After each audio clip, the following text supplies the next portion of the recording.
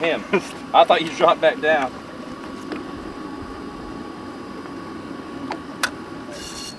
That whole thing's in his mouth. Oh, it's out. Oh, you got him. Let me tell him what happened here. Mike just got a. Mike had about a 3-pound grouper coming up, and we tried to save the grouper, try to get him out of the water before this about a 40-pound cuda came up, and he couldn't. The cuda cut him in half. So Mike was playing with him, trying to get him to eat the rest of it. He took her in his mouth about 4 or 5 times, and he just couldn't get him to take the hook. Mike rehooked that piece of that grouper, and finally got the hook set in that barracuda. Better drop down for a grouper. It's gonna be a while. Yeah, that's if he stays hooked up. We're using, again, we don't have any steel leader on here because we're grouper fishing. You know, it's a 130-pound test fluorocarbon. So Mike must have him hooked in the corner of the jaw. Otherwise, that leader would be cut in two already. It's a good sized hook though. The hooks we're using.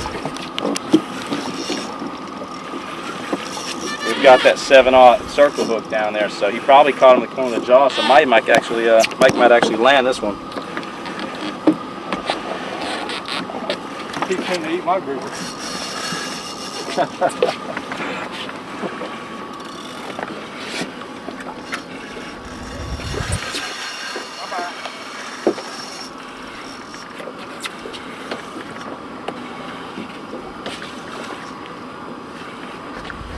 A lot of times in the heat of the day, these big barracuda just linger around. They won't touch a lot of your live baits. They won't touch a lot of your live baits you put on them, but they'll usually eat a nice fresh, fish off the bottom down there, a big sea bass or a grouper or something like that. Citation for a grouper, a barracuda is 20 pounds. So. He's over 30, that one. I don't have a citation for a barracuda. You're about to have one. They're actually good eating. A lot of folks throw them back, don't think anything about it. I know they have a problem with some of them down in the Caribbean, Florida to the Caribbean, with something in them that they say is toxic or something like that. But they're really good eating.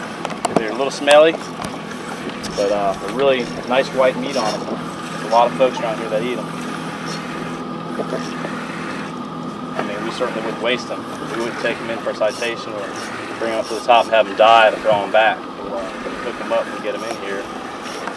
We'll take them home, put them on the grill. A lot of times when you fish them with light tackle, king tackle, they cut you off, and especially these big ones.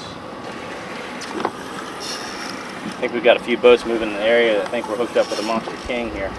I've got the gaff on the bow, and that would be a nice king there, wouldn't it? About 30. He looked over 30, and he's in the water still. He's got a belly full of food. Yeah, he does. He weighed 30, now weighs 33.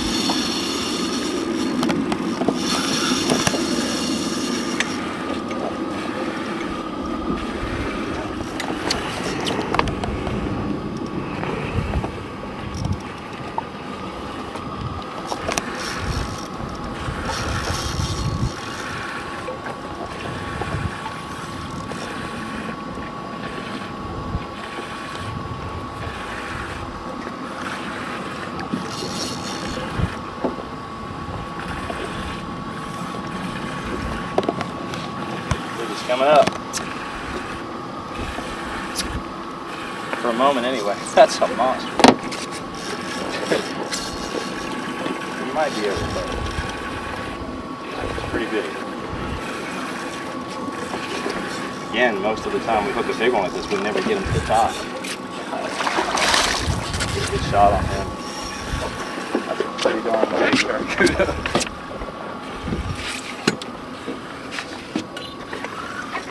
Bring right to you.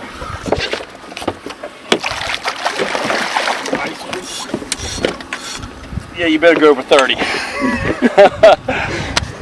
I want to be real careful because this fish's jaw, so. He's got some massive teeth. The size of this barracuda. See them teeth.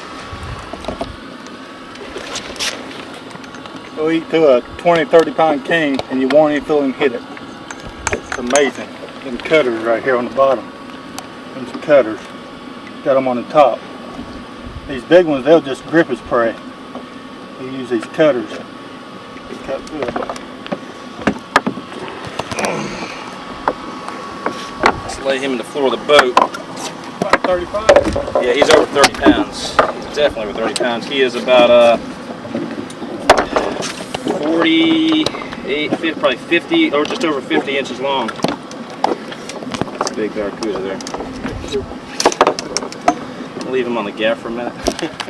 Mike's got a grouper on right there now.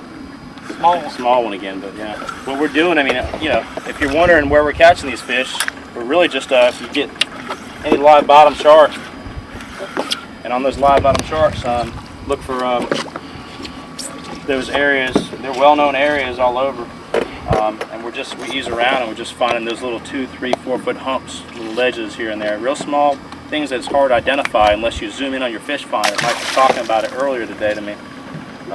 You've got to take that fish finder, you've got to zoom way in on that fish finder as far as it will go.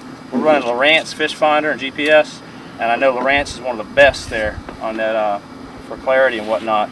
For a good quality unit that's inexpensive, we're running these 520Cs, these colors, split units. But anyway, we keep them zoomed in all the way, and we can find just the lip of those little 2, 3, 4 foot ledges. And that, you know, that's where the bait's congregating down there, the bottom fish, other bait, and those grouper right there. And there may not be a lot, you know, a ton of grouper down there, but all these ledges have got 1 or 2 or 3 or 4 grouper here or there, and sometimes there is a big, you know, big school of grouper down there. We're fishing usually anywhere from 8 miles to 15 miles when we do this stuff. But it's something different. You know, when things slow down, if you are doing like these guys around us here, trolling for kings, and everything slows down, and you've got live bait and you've got the rods to handle it, it gives you something, you know, something alternative, something different to do. It went from 60 to 62 right there. Now you see that little bit of a break? Watch when I zoom it out on a regular scale. There's hardly anything here. I mean, it looks like just a little bit of bait on the bottom. Just a little bit of bait on the bottom. You can't even really see the break in the ledge or nothing. Zoom that in, makes all the difference in the world. Probably the best thing to do is if you're out, ever out in these areas and you're slow trolling for kings, like the gentleman in front of us, frog gigging there. When you're doing that, keep your fish finder zoomed in real tight to the bottom like that, and you'll mark these little ledges. You know, save them, save a waypoint on them, and that's the stuff that later on, maybe later on in that same day, when things slow down, drop down some live baits to the bottom or dead bait to the bottom, and try to snatch a grouper off the bottom. Try to take that challenge. Maybe not. Might have just been the ledge. Yeah, it got me in the ledge. Little guy in the ledge, or? Yeah. Fish felt good until he come out the ledge. And he hit and went straight to that ledge. That's what they do.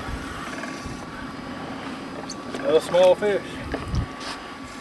Can't get a big one. Look at that leader. That's where I drug him out of that ledge.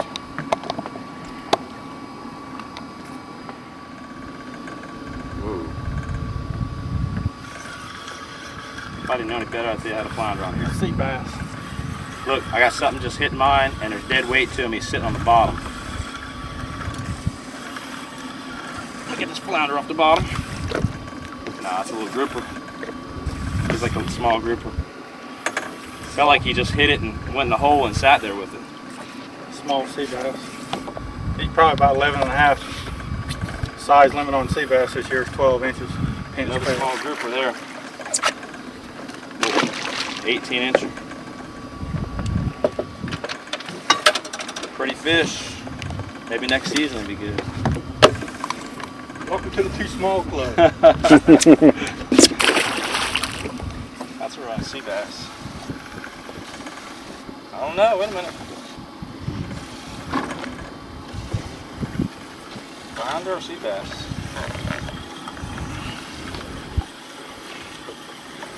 Sea bass. He wasn't tugging at all, wasn't doing anything, just sat there. Little tiny sea bass.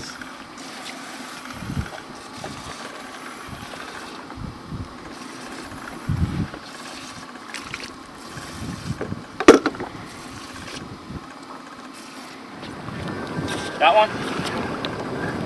Decent fish?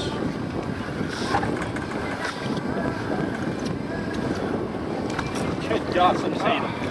Who'd have just got him? Barracuda just got him. No, he didn't. No? I need to stick him.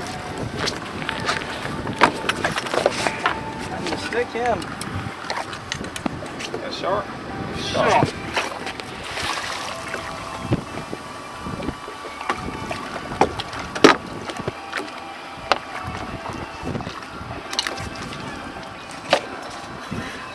Get a shark. That's like a freaking damn flounder on it. It ain't no shark now. What we got here? I don't know what it got. It's acting like it. I swear it was quivering like a flounder. It's a shark again. Yeah, it's a shark there. No, it's a grouper right there.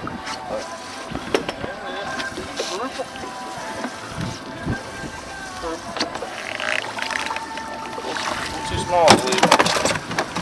It's getting there. We moved in, we're just about 3 miles off the beach now. Little spot sometimes has some nice ones on it. It needs to be about 2 inches longer, that one.